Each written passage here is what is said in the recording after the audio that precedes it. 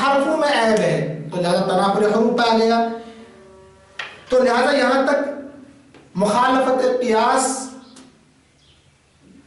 اور غرابت اور تنافر حروف کی جو شروع میں بات آئی تھی کہ فصاحت الکلمت سلامتها من تنافر الحروف مخالفت القیاس والغرابت. تو یہاں انہوں نے صرف ایک چیز کو ابھی سمجھایا، وہ کیا ہے؟ مخالفت قیاس. مخالفت قیاس نہیں بلکہ تنافر حروف کو سمجھایا ہے کہ تنافر حروف کس کو کہتے ہیں؟ سلامتها کہیے من تنافر الحروف و مخالفت القیاس والغرابہ. کہ پھر تنافر حروف کیا ہے؟ وصف فی الکلمت یوجب ثقلها علی اللسان و اسر النطق بها، کہ جو ثابت کرتا ہے بھاری پن کو زبان پر اور اس کے تلفظ کی دشواری کو. اس کی انہوں نے 2-4 مثالیں دی، جیسے زشن للموزی الخشن والحوخ لنبات ترعاه الابل، اسی طریقے سے والنقاح للماء العذب الصافی، اور والمستجزر للمفتول بٹی ہوئی رسی کے لیے. تو یہاں تک تنافر حروف کی 3-4 مثالیں آ گئی. انشاءاللہ اس سے آگے ہم کل پڑھیں گے.